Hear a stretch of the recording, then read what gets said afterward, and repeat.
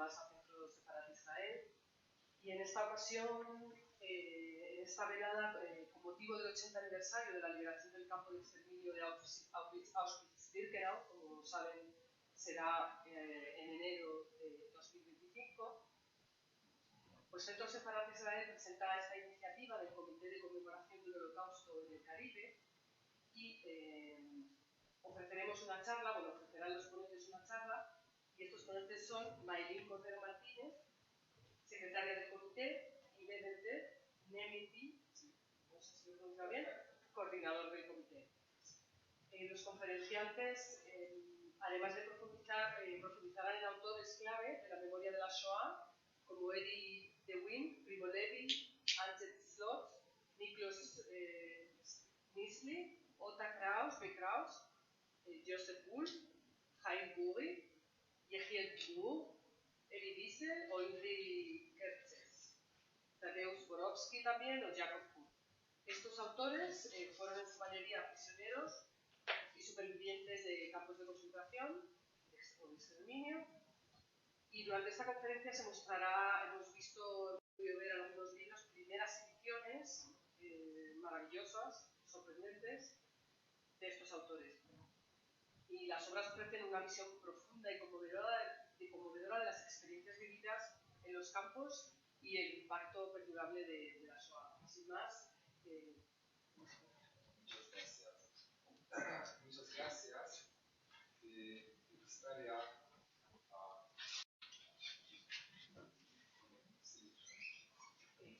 coge el micrófono, que se me ha olvidado, para la grabación. Tienes que acercarte, está el público.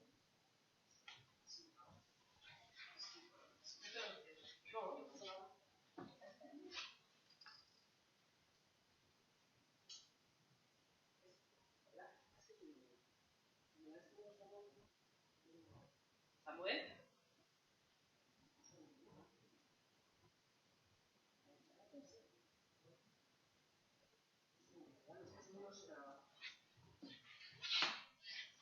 ¿Cómo se tiene el micrófono que no lo sabes?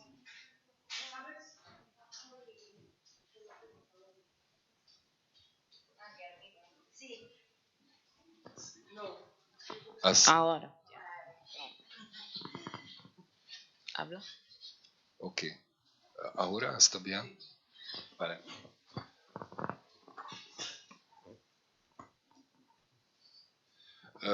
Se puede leer en las reminiscencias de Jorge Semprún que su maestro y el profesor del Collège de France, creador del concepto de memoria colectiva, Maurice Halbwachs, murió en sus brazos en el campo de concentración de Buchenwald en el marzo de 1945. Después de su muerte, el propio Semprún tuvo que borrar su nombre del registro central, Arbeitsstatistik, toda señal de identidad que a partir de este momento, de acuerdo con la intención de los burócratas de la muerte, según él, no solo murió, sino que incluso en la muerte fue aniquilado. La memoria del Holocausto es un difficult heritage durante cuya investigación nos enfrentamos a las cuestiones más difíciles y sensibles y las situaciones vitales más agudas de la existencia humana. Esto es cierto incluso con la continua disminución de sobrevivientes del Holocausto de la memoria grupal, viva y reciente, se convierte en parte de la memoria histórico-cultural. Con la destrucción de personas y comunidades, la memoria comunitaria quedó interrumpida. En muchos puntos se rompió, dejando una brecha entre el pasado perdido con las comunidades y el presente. La preservación de las huellas restantes y la reconstrucción de la memoria al lado de las formas tradiciones judías de duelo, luto y conmemoración incorporaron la institución que conserva documentos y memorias al museo. Rabino Irving Greenberg compara el Holocausto con la destrucción del Segundo Templo. Ambos cataclismos históricos resultaron en la formación de una nueva institución judía, sinagogas y museos del Holocausto. Susan Sontag definió este nuevo tipo de museo como categoría independiente, Memory Museum. Este tipo de museo presenta la historia de la destrucción de los judíos europeos y se formó recordando pero siguiendo el patrón de la historia de otros genocidios modernos. También se construyen museos de la memoria para procesar y orar a sus víctimas. Los museos también sirven como momentos. Una de sus misiones importantes es la preservación de la memoria, una garantía de nunca olvidar.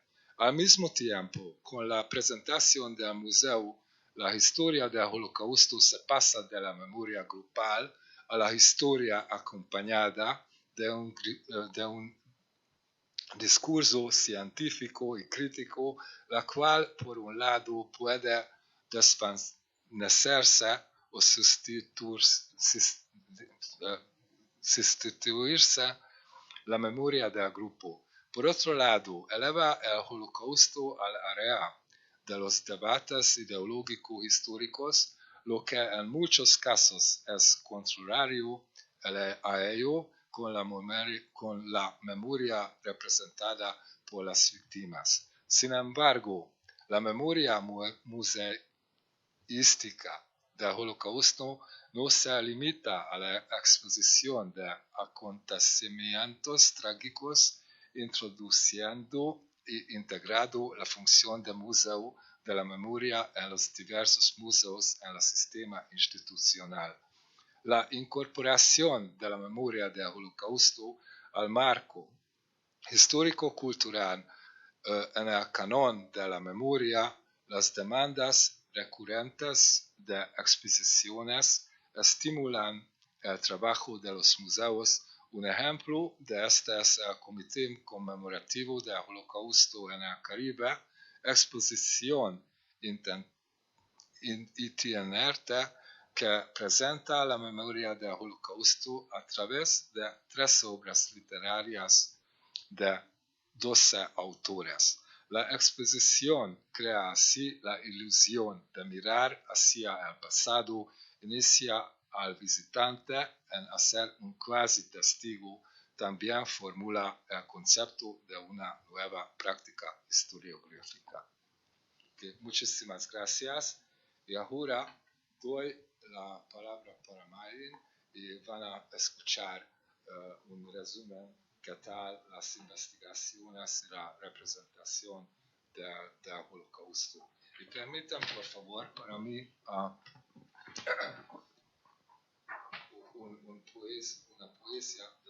una poesía de Dan Pagis, no lo sé, conocen él, escrito en lápiz en el vagón sellado. Acá en este envío, yo, Eva, con mi hijo Abel, se ven a mi hijo mayor, Caín, el hijo de Adán, díganle que yo. Okay. Entonces empezamos. Y vamos a empezar con los problemas de expresar el Holocausto. Los dramáticos acontecimientos del Holocausto son más o menos conocidos por todos nosotros y ahora, 8 décadas después de que sucedieron, a menudo escuchamos sobre ellos y los enfrentamos de alguna forma. En conmemoraciones, películas, libros, programas de televisión y también en la política cotidiana. Esto muestra claramente que aunque la generación que pudo presenciar directa o indirectamente los terribles acontecimientos en los campos de concentración está desapareciendo lentamente. El Holocausto no se ha convertido en una parte cerrada y procesada del pasado, pero de una forma u otra sigue siendo una parte de nuestros días. Todo esto puede atribuirse en parte al horror del acontecimiento, ya que no hay duda de que el Holocausto fue una de las tragedias más terribles de la historia. El acto más cruel de la humanidad hasta el momento. Sin embargo, si miramos más de cerca los fenómenos culturales, artísticos y políticos desde el final de la Segunda Guerra Mundial hasta nuestros días, se verá que el procesamiento del Holocausto es complicado en sí mismo y que, por ejemplo, para comprender el trasfondo de ciertos fenómenos sociales y políticos, a veces extremos, o ciertas obras artísticas para interpretar su éxito o fracaso, necesitamos estar algo familiarizados con los procesos culturales. Es decir, las historias del procesamiento del Holocausto a lo largo del tiempo, últimos 80 años, así como los problemas ideológicos y teóricos que se desarrollaron a su alrededor. El estudio que aquí se presenta intenta hacerlo destacando algunos aspectos y acontecimientos. El primero, el Holocausto como problema lingüístico, el nombre. Todos utilizamos la palabra Holocausto para nombrar la serie de horrores del nazismo durante el cual una parte específica de la humanidad, alrededor de 6 millones de judíos y nuestros semejantes de origen romaní, los homosexuales, los testigos de Jehová, o aquellos que estaban en la posición política del sistema nazi, fue asesinado sistemáticamente en los campos de exterminio. Pero la mayoría de las veces apenas somos conscientes del significado exacto del término, su etimología y los posibles significados secundarios que surgen de la historia de la palabra. El significado original del término griego es entero, completamente ardiente, y en sentido figurado, holocausto. El término aparece en varios lugares de la Septuaginta, la traducción griega de la Biblia, y se utiliza para denotar un sacrificio presentado a Dios.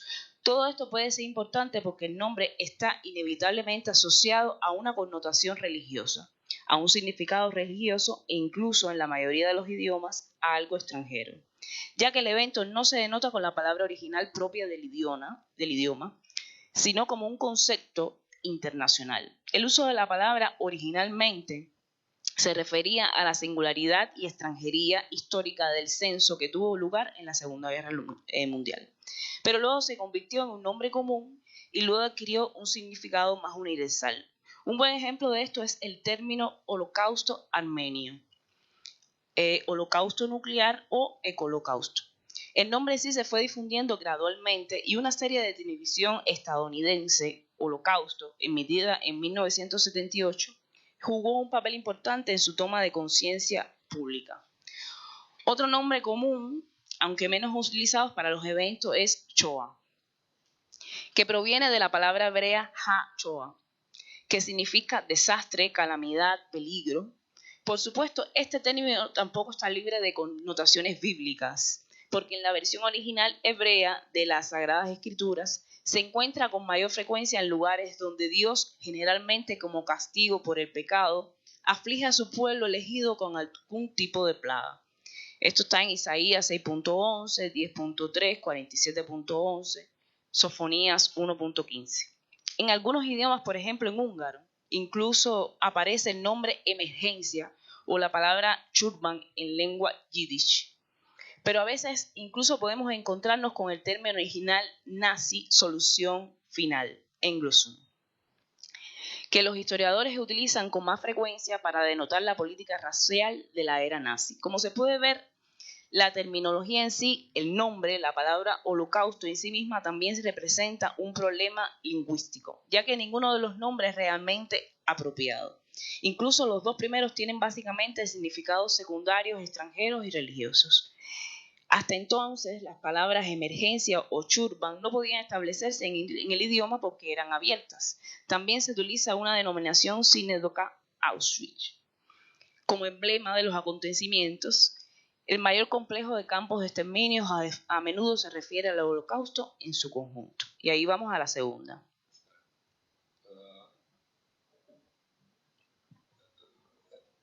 Piensas un poquito largo el texto, pero tenemos un futuro de las cosas, y si nos permiten, porque al tiempo también salir un poquito, hablar sobre esta foto. ¿Saben? ¿Tienen alguna idea? ¿Qué es eso? De la foto.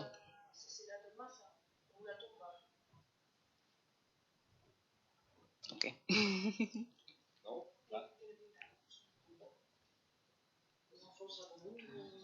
Sí. Ok. esta parte de este pequeño evento se llama lugares de olvido y recuerdo. Que hablamos un poquito sobre esta foto, es corto. Ok. La gente está parada frente a un foso. Hombres relativamente bien vestidos, de mediana edad o mayores, con chaquetas, algunos de ellos incluso con corbata. 2 de ellos tienen una pala. Debieron haber cavado la depresión que parece una trinchera. Casi todos miran a la cámara. Solo uno de ellos mira fijamente el hoyo. Otro mira fijamente hacia algún lado, como evitando el contacto. Imagen extraña y algo inquietante. Es difícil imaginar lo que podría pasar en la grabación. ¿Por qué están parados alrededor de ese foso que podría tener tan importante en él? La foto original incluye un título en yiddish: Entierro de los restos de nuestros mártires. Unas cajas de jabón, Rif. Se puede leer. El texto solo aumenta la confusión. Este es un funeral extraño. Se pueden leer muchas cosas en la imagen. ¿Por qué los hombres usan sombreros o gorras en un funeral? No es tanto dolor, sino más bien una especie de incertidumbre en sus rostros. Algunos ponen las manos detrás de la espalda. Otros agarran sus palas. Pero también está el hombre más cercano a la cámara, que está parado con las manos en los bolsillos, pero de alguna manera las sostiene de manera tan extraña, como si no supiera qué hacer en ese momento. Según la información adjunta a la fotografía, podría haber sido realizada en algún momento entre 1949 y 1951, en Austria, en el campo de refugiados de Hallein. Oficialmente, estas instalaciones se llamaban campos de desplazados.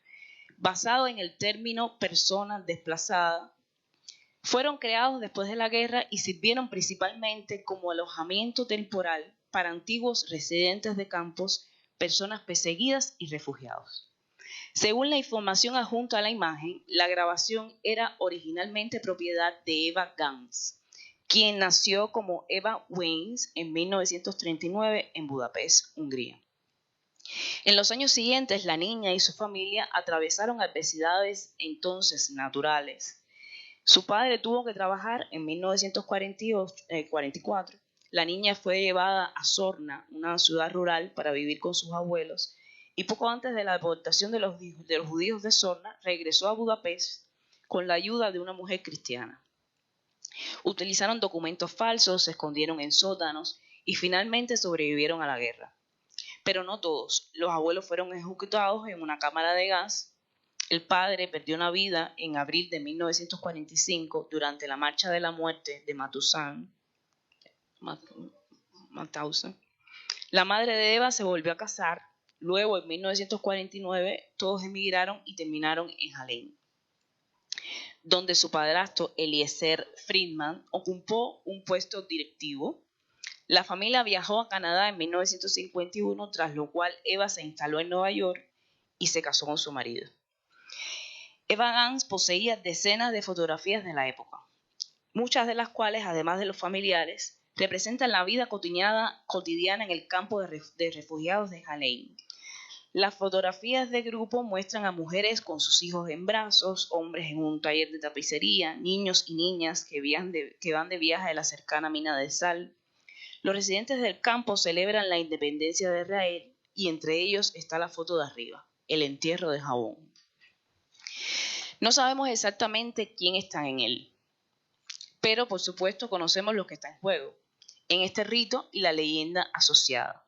Ya durante la guerra se rumoreaba que los nazis fabricaban jabón con la grasa de sus víctimas. Después de 1945 se hizo aún más popular. Además, los jabones comercializados masivamente por los alemanes tenían una extraña inscripción, Rif, que parecía respaldar esta historia. Mucha gente sospechaba que el acrónimo significaba Reinshüdenfett, ¿no? Es decir, gorda, judía, pura y completa. Hoy sabemos que esto no es cierto. Rif significa richen. Sí. en alemán? Reichstelle für industrielle Fettversorgung. Eso mismo. Disculpe. Es decir, era la abreviatura de Centro Imperial de Distribución de Grasas. Y aunque en la época nazi se llevaron a cabo experimentos en este sentido, concretamente en el Instituto Anatómico de Danzig, la producción de jabón industrial a partir de las víctimas es solo una leyenda. Sin embargo, la gente de aquella época no podía saberlo. Y en los primeros años después de la guerra, a menudo ocurría que las víctimas supervivientes recogían y enterraban estos jabones. La prensa húngara también informó de casos similares. En enero de 1946, por ejemplo, tuvo lugar una ceremonia de entierro de jabón en Brazo, y unos meses más tarde se confiscaron jabones del Rif en Budapest para que pudieran ser enterrados misericordiosamente. Podemos encontrar tumbas de jabón de este tipo en varios lugares del país, como en Pedalul o en el cementerio israelita de Pets. Además, los entierros con jabón no solo son comunes en los países europeos, sino que en todo el mundo. Tales monumentos funerarios sobreviven en Israel, Canadá, Estados Unidos, Cuba, Brasil y Australia. Aunque la historia de la fabricación de jabón a escala industrial era común en los años posteriores a la guerra, incluso fue incluida en el juicio de Nuremberg. Luego fue refutada por varias personas, pero aún hoy persiste en la opinión pública. Característicamente se convirtió en uno de los incondicionales de los negadores del Holocausto, diciendo que si una historia tan común resultaba ser solo una leyenda, demostraría, al menos en su opinión, que toda la serie de acontecimientos era inventada. La leyenda de jabón y el hecho de los funerales claramente no prueban esto, sino algo completamente diferente. El alcance inimaginable del evento, que pocos sabían durante y después de la guerra. Cuántas historias extrañas podían imaginarse, cuántas maneras diferentes intentaba la gente de crear una imagen de los horrores de los últimos años, viendo el horror del asesinato en masa nazi y el mecanismo industrial de todo el proceso, se podría imaginar cualquier cosa. Después de todo, millones de personas murieron en fosas comunes o se convirtieron en humo y cenizas, y sus cenizas fueron esparcidas en la epístola. De modo que los familiares supervivientes ni siquiera tuvieron la oportunidad de encontrar nada de lo que quedaba de sus familiares, amigos, amantes y vecinos. Los entierros de jabón pueden haber tenido motivos religiosos.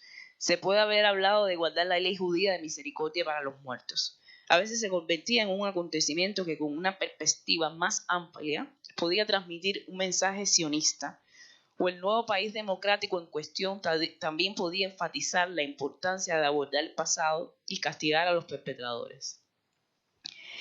A menudo se sitúa en el martirio que mantenía la identidad de la comunidad judía restante, expresando simultáneamente la insondable magnitud de la pérdida, así como la dignidad del martirio de los muertos. Esta conmemoración, la exposición, quiere hablar de muchas cosas, principalmente, por supuesto, sobre cómo se ha retratado el conjunto de acontecimientos que ahora llamamos Holocausto en las últimas décadas. Hace ya 80 años. Intenta presentar las muy diferentes formas de hablar que podrían haber encontrado las personas de esta época.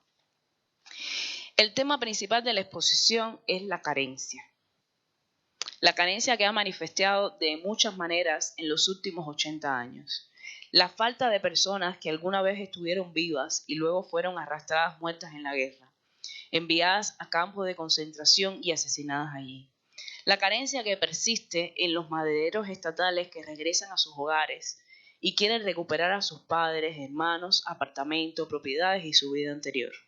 Y por supuesto, se trata de los lectores actuales de los libros, se trata de nosotros.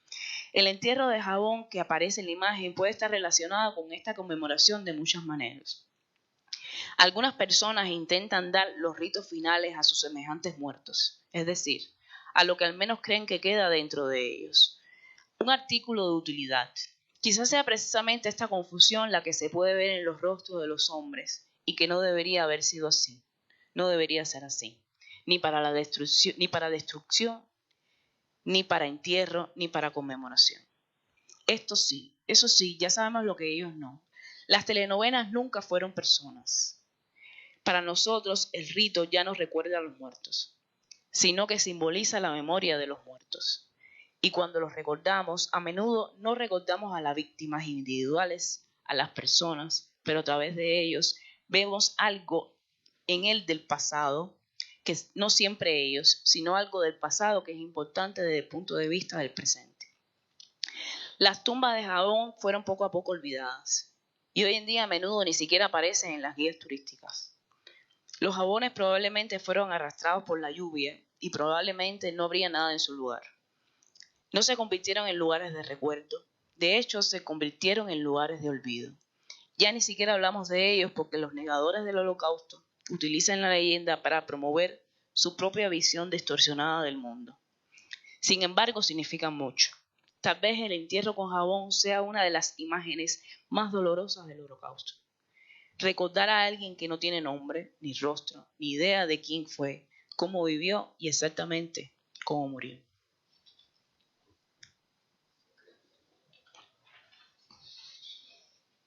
Muchísimas gracias.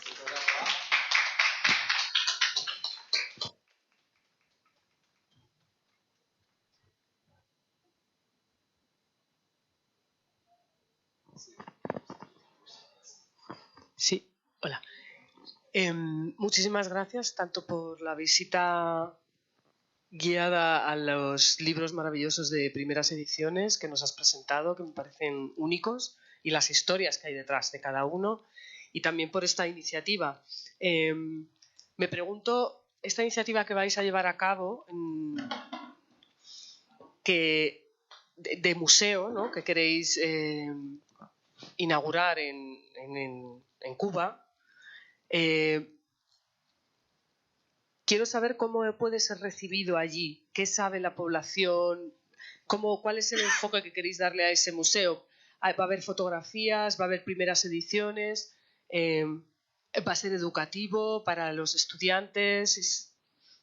¿Qué enfoque le queréis dar a una, bueno, pues a lo mejor a una comunidad que no sabemos si sabe mucho, poco, cómo? ¿Qué explicación? Gracias. Muchas gracias. No lo sé que saben dónde era el primer campo de concentración. ¿Dónde fue el primero? Dachau, ¿no? En el mundo. En el mundo, pensaba que era en Cuba. Cuba. Sí, y por eso pienso, esta es una otra historia. Se llama este proceso en la guerra contra América Española en el año 99, 1800, sí, era una grande rabia del poder español y así empezaban a juzgar y hacer orden. Este proceso se llamó reconcentración, porque contra los banditas cubanos no podrían luchar como una armada y así compartieron partes de Cuba y concentraron los gentes y la población de Cuba murió, ¿cuánto? 10%, es igual que 300,000 gentes murieron en esos campos de concentración, en el hambre, enfermedad, y que no con cámara de gas, esa otra tecnología, era moderna tecnología, pero sí. Y es que era la primera práctica hacer orden, es que no contra los cubanos como raza o no lo sé, como nacional, sino una manera de la armada, como podemos hacer, como podemos recuperar el poder en Cuba. Y este es un motivo. El segundo motivo, que estamos lo mejor tiempo. Y mil veces nos preguntan que podemos saber más, ya sabemos todo del Holocausto. Es mentira.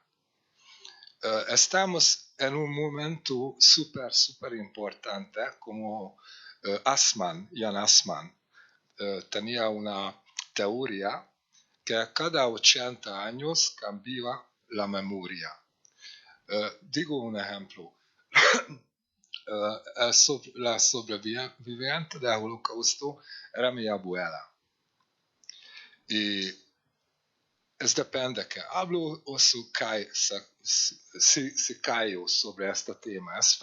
Todas familias tienen otra historia sobre eso.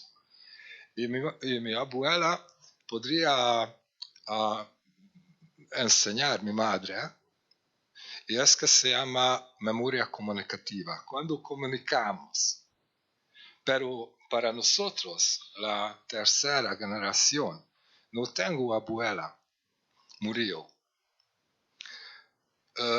Y esta generación, 80 años después, no tenía experiencia directa, no tiene historias de la familia o otras personas, no tiene memoria comunicativa, sino estamos en el momento del cambio memoria colectiva.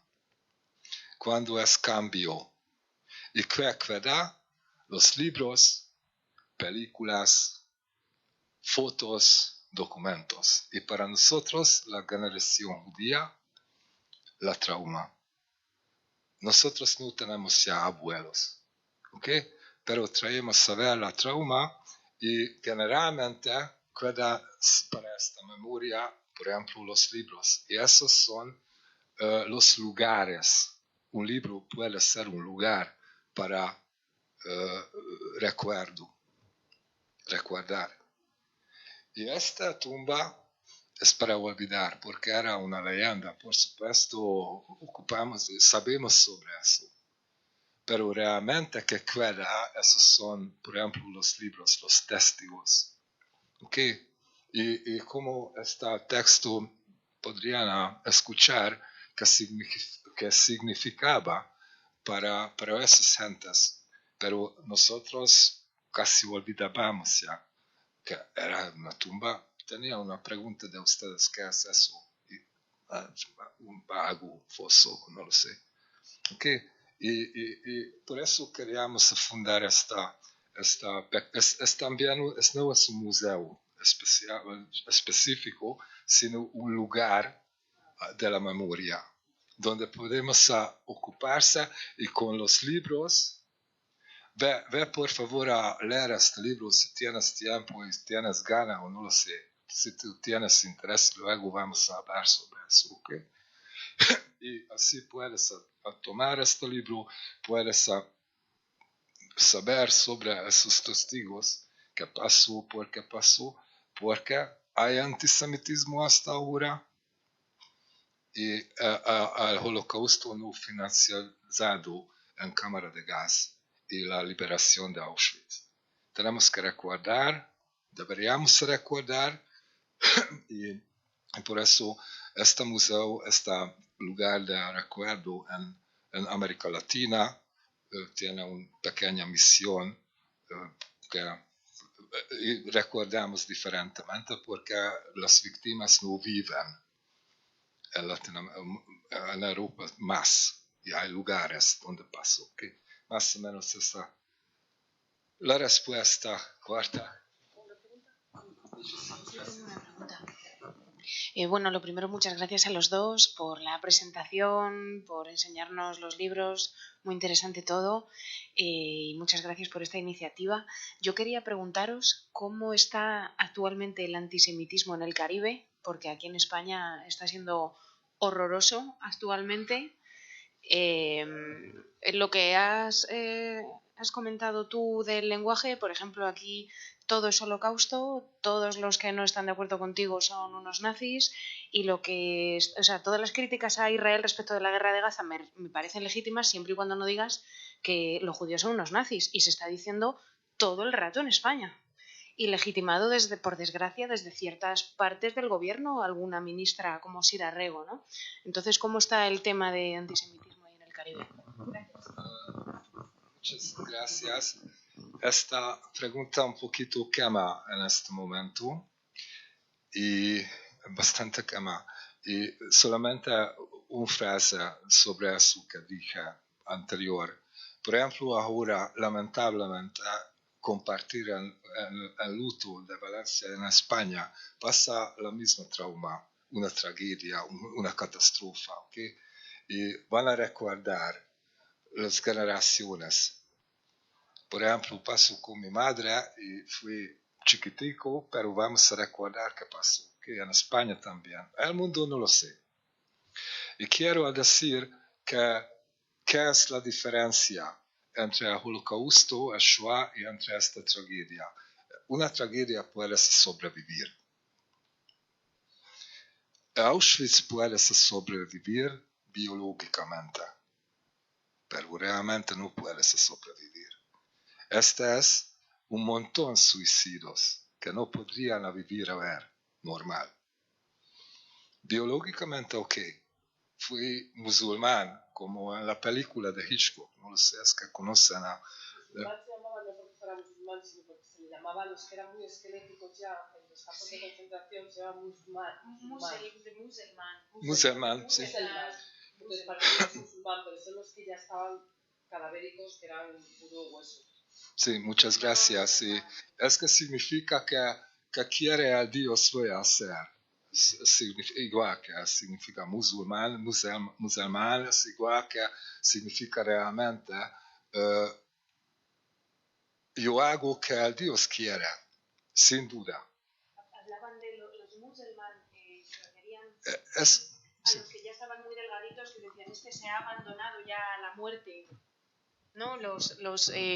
Era un lenguaje que tenían por desgracia, los prisioneros de los campos de concentración cuando veían que alguno de sus compañeros ya estaba muy delgadito, que no estaba preocupado por lo que iba a comer, si tenía las cudillas, si tenía la cuchara, que se empezaba a quedar delgadito en un rincón, este ya es un musulmán. Este ya se ha abandonado a Dios, a lo que Dios quiera. Me gustaría decir con esta que el bios y el zoe, Septuaginta formula así, el bios es que la vida, pero sin maestra de vida, es no vida.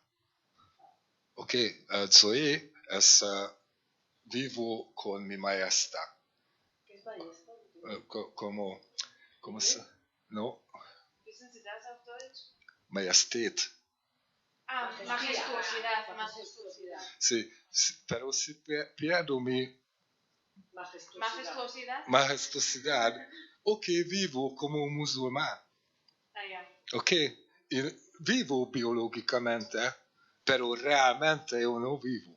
Sí, por ejemplo, Primo Levi se terminó suicidando, ¿no? Porque, bueno, dicen, tuvimos aquí una experta, ¿verdad?, que dice que no se suicidó. Yo creo que sí, perdón, que intervenga tanto, es que es un tema tan interesante. Es que a mí me encanta Primo Levi, es un escritor maravilloso porque era químico como yo, además, entonces para mí es como, le adoro. Entonces él al final, aunque sobrevivió a Auschwitz, cuando ya era mayor, con 70 y tantos años, se tiró por el hueco de la escalera, ¿no? Se suicidó muchísimos años después, siendo ya escritor famoso, y su familia y sus amigos decían que él ya se había muerto en Auschwitz. Lo que dices tú tú estás vivo biológicamente, pero aquí ya estás muerto, la experiencia tan traumática te ha matado, ¿no? Sí. Muchísimas gracias. No lo sé que usted sabe, no me gustaría prolongar este tiempo, pero no lo sé que usted sabe que... ¿Cómo está el antisemitismo? Sí, pero Primo Levi tiene un hijo, ¿sabe? Sí, sí, se llama Lorenzo. Y Lorenzo salvó su vida en Auschwitz. Era su amigo y dijo que mi hijo es por eso Lorenzo Levi. Okay. Y él trabaja como profesor en Torino, como biologista, no lo sé. Turín. Y antisemitismo por la izquierda. Sí. Y es que empezaba con Arafat. Y por supuesto hay movimiento izquierda, hay antisemitismo, raramente está caminando con izquierda. Ok, y por supuesto, hay Argentina también, tradicionalmente puedo decir, hay en Uruguay, donde mataron 10 años, casi 10 años antes un jefe de la comunidad judía y por supuesto lamentablemente hay. Y por esta guerra que hay conflicto entre los palestinos y entre el Estado de Israel, pueden ver en la televisión también que hay movimiento y parte de la izquierda antisemita. Y hay antisemitismo en América Latina, especialmente por los Estados Unidos, porque piensan un montón que son todo en la mano de los judíos ricos de Estados Unidos. Dice. Por supuesto, es no verdad. Que todo. Yo quería hacerte una pregunta. ¿En qué campo de concentración? O sea, dijiste que tu abuela era superviviente, era húngara. ¿Y cuándo fue deportada y a qué campo? ¿Murió bueno, no, supervivió porque te conoció, claro.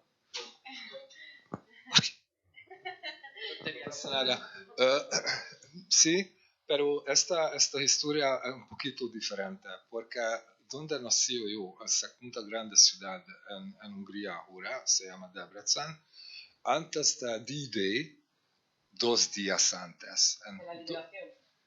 No, sí, a D-Day, cuando entraron a la playa los aliances. ¿El desembarco de Normandía? Sí, muchas gracias. Bombaron nuestra ciudad, especialmente la estación, porque los soldados de América y Alianza no querían que movieron los nazis desde este hasta Normandía. Y esta era una línea de tren y bombaron bastante. Prácticamente a la mitad de ciudad finito. Y por eso no podrían en junio, porque empezaba la transportación 15 de mayo desde Hungría y murieron 437.000. De 1944. Sí, dentro menos que 2 meses. Casi medio millón hombres mataron en Auschwitz. Es que era un plan Höss. Es que era una competición que mataron los polacos 2 años, 2 millones. Pero la última grande después de polaco, grande comunidad judía era en Hungría. Hasta 44 no podrían hacer nada, porque ocuparon nuestro país en marzo los nazis y luego empezaron a hacer gueto, a hacer estrella y a organizar las transportaciones. Empezaban en mayo, mitad de mayo, y lo que es una otra historia, tenían que suspender el poder húngaro porque tenían un montón de miedo de la alianza. Es que también una interesante historia, pero larga historia. Y por estos bombardeos, una grande parte de nuestra ciudad iba a Strasshof. Strasshof es cerca de Viena para trabajar en el campo, por ejemplo, patata, en junio. Okay, así podrían sobrevivir. No hay esta bomba, un montón de bomba, segurísimo que van a ir a Auschwitz inmediata como un parte de Debrecen y van a morir. Tenían casi suerte, no sé cómo se llama esta. Okay. O sea, que tu abuela vivió la guerra en la ciudad, en tu ciudad. Pero estuvo en la ciudad, claro. Se quedó en Viena. Viena y luego a casa, como muchos. Okay. Muchas gracias. ¿Alguna pregunta más? Bueno, pues muchísimas gracias por esta presentación y por todo lo que nos habéis contado. Nos ha encantado. Muchas gracias.